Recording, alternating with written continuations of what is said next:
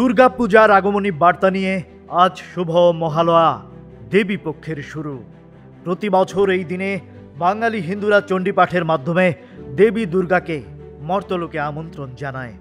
আজ থেকেই শুরু হয় দুর্গাপূজার ক্ষণগণনা, যা মূলত দেবী দুর্গার আগমনের প্রস্তুতি পর্ব। সনাতন বিশ্বাস অনুযায়ী মহালয়ার দিনে দেবদেবীরা দুর্গাপূজার জন্য নিজেদের জাগ্রত করেন। ভক্তরা ভোরে মন্দিরে মন্দিরে চণ্ডী পাঠ করেন এবং প্রয়াত আত্মীয় পরিজন ও পূর্বপুরুষদের আত্মার শান্তি কামনায় তর্পণ করেন। এই বছর দেবী দুর্গা হাতিতে চড়ে পৃথিবীতে আসবেন, যা সমৃদ্ধি ও শস্যপূর্ণতার ইঙ্গিত।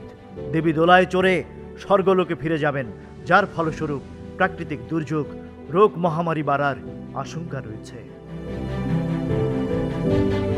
মহালয়ার 7 দিন পর আগামী 28 সেপ্টেম্বর ষষ্ঠী পূজার মধ্য দিয়ে দুর্গোৎসবের আনুষ্ঠানিকতা শুরু হবে।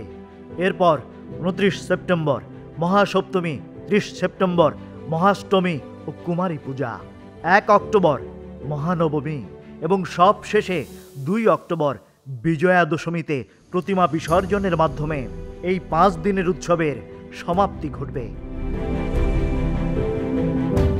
বাংলাদেশ পূজা উদযাপন পরিষদ জানিয়েছে, এবার সারা দেশে 33,355টি মণ্ডপে দুর্গাপূজা অনুষ্ঠিত হবে, যা গতবারের চেয়ে 1,119টির বেশি। রাজধানীতে পূজা হবে 258টি মণ্ডপে।